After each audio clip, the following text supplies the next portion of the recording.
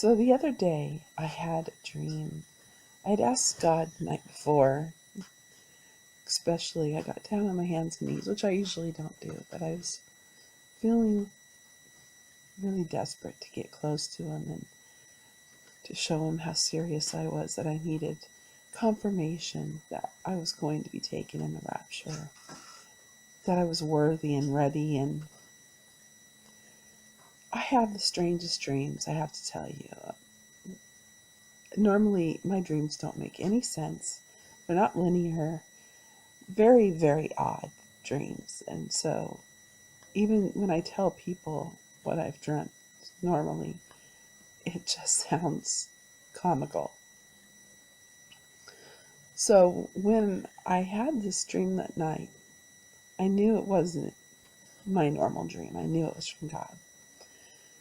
So I thought I'd share it with you guys, since there's so many people thinking that maybe He won't be coming, and just to give somebody comfort. I know I get anxious about wanting to go, and another day goes by and He hasn't come yet. And I get very disappointed. And one time at the beginning of October 2017, I actually got so disappointed that I let it get me down the rest of the day.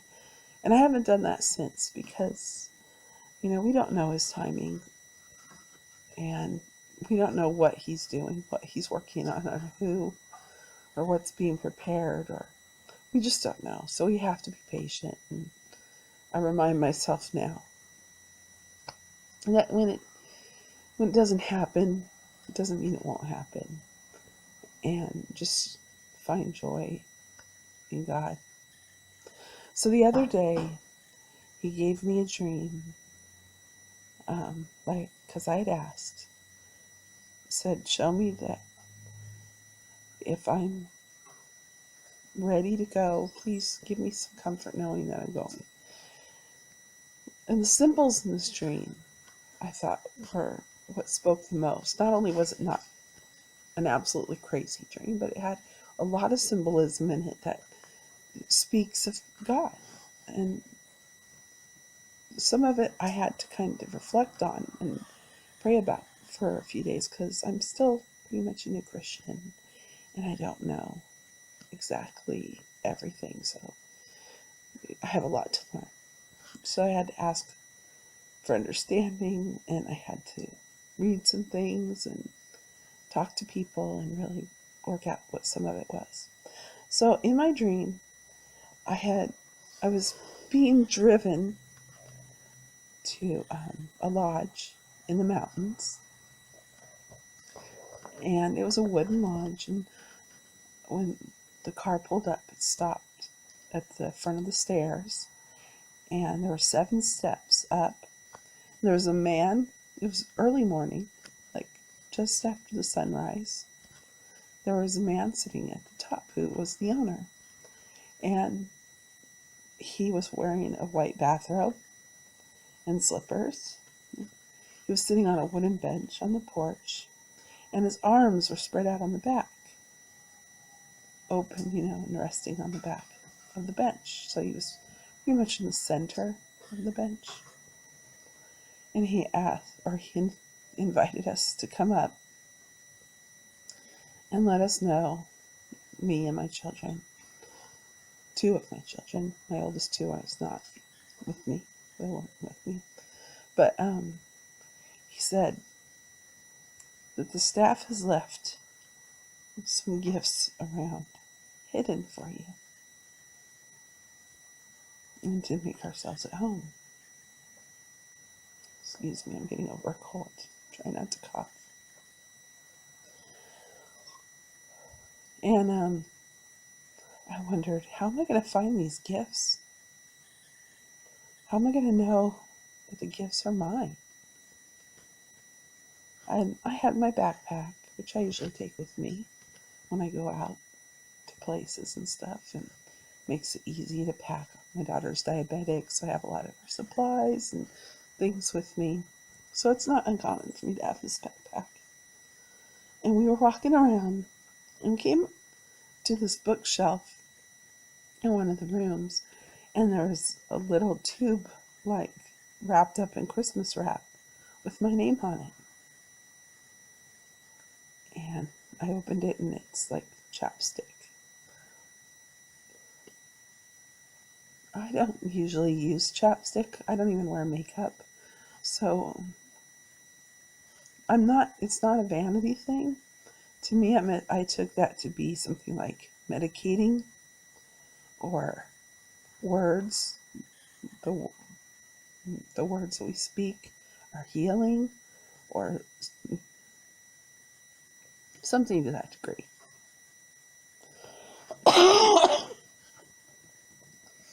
And then later that day, I found a bottle of wine that was wrapped. And I don't drink, not usually. So I took that as a symbol of his blood.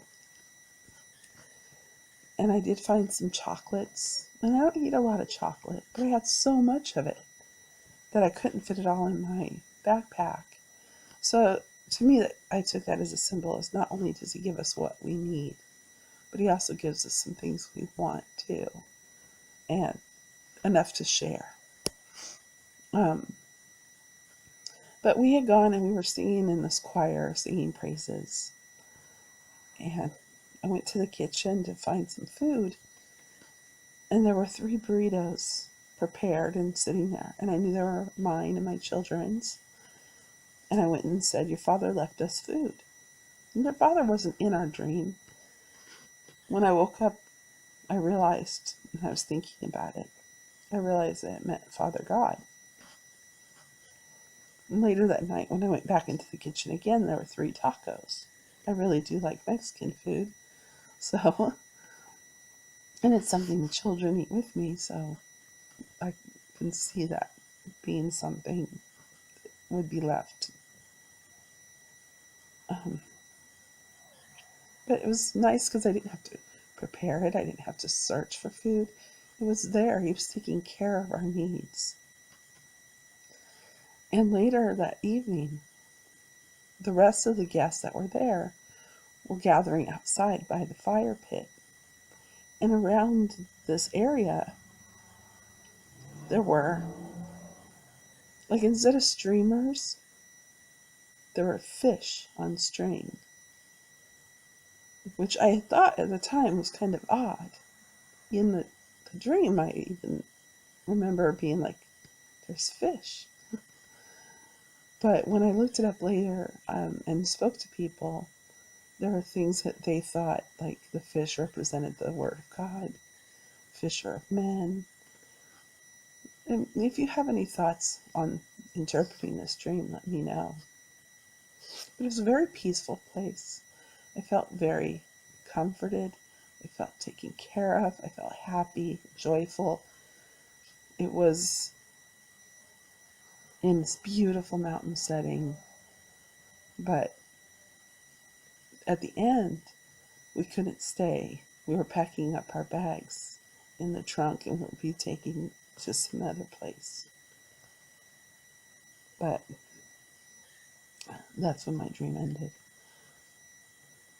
But I'd love to hear your interpretations of that. To me, I felt like it was God telling me that I am ready, that I am worthy, and that He will take care of me. Everything that I need will be provided, and that we will be in fellowship with other believers. And I take great comfort in that. Thank you for listening, and God bless you.